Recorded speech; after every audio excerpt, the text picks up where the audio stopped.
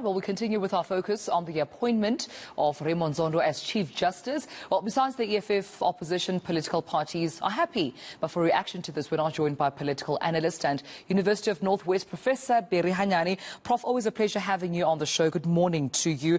I want to start with this. What do you think is the significance of the President's decision in appointing Raymond Zondo as Chief Justice? Tumelo, good morning. Good morning to your viewers as well. Look, let me join in the consensus on the ground, whether coming from opposition parties or just civil society organizations or ordinary folks in the streets, is that surely there's an element of consistency here. There's an element of continuity and, of course, of stability. Let's not forget that as a country, we come fresh from the attack under the guise of the state capture debacle, and we needed a branch of government that needs to defend us from the scourge of state capture, and the judiciary was that branch of government.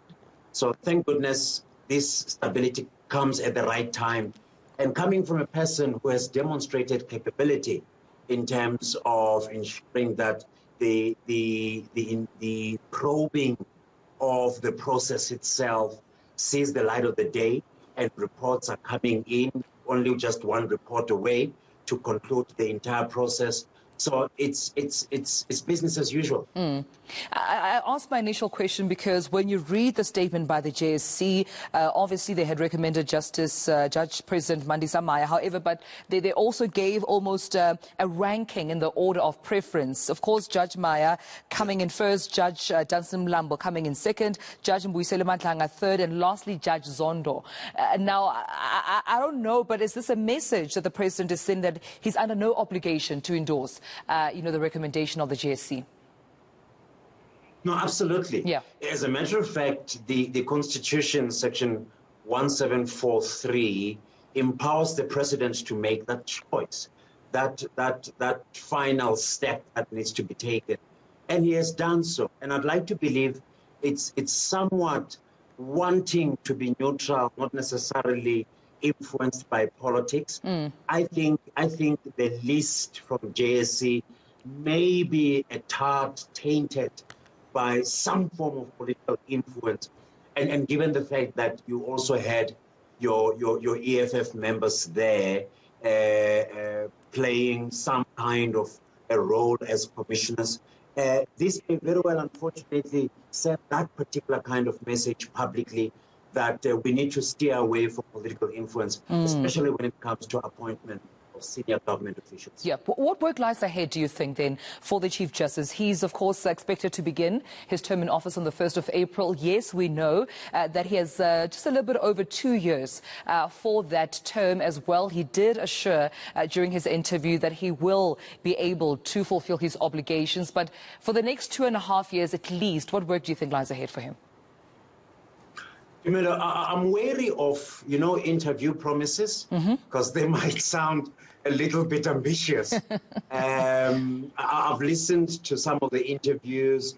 They need to synchronize the work of your Supreme Court of Appeal with the Constitutional Court. And I think critical to all of this is to say, do our people understand this structure? And of course, in view of the fact that it is one that is meant to protect and promote our democracy, but do ordinary folks in the street understand the workings of the law as a machinery, especially from the perspective of the Constitutional Court? Yeah, before I let you go, I mean, we have to mention Judge President Maya here. The President mentioned that he's nominated her as the Deputy Chief Justice. What do you make about that announcement and potentially that being her role as well? Well, a missed opportunity to make her the Chief Justice, but it's understandable. I mean, Raymond Zondo brings in that experience, that sense of credibility and integrity. She, I have no doubt, will make a good deputy. And if they can sort of like find each other and make sure that the Mukhweng legacy is a legacy of the past, they then have to course a new kind of perspective and trajectory. I think our judiciary is in good hands going forward. All right. Well, I appreciate your time this morning, Prof. Professor Barry Hanyane from the University of the Northwest. They're giving more analysis and reaction to the appointment of Raymond Zondo as Chief Justice. Now, with that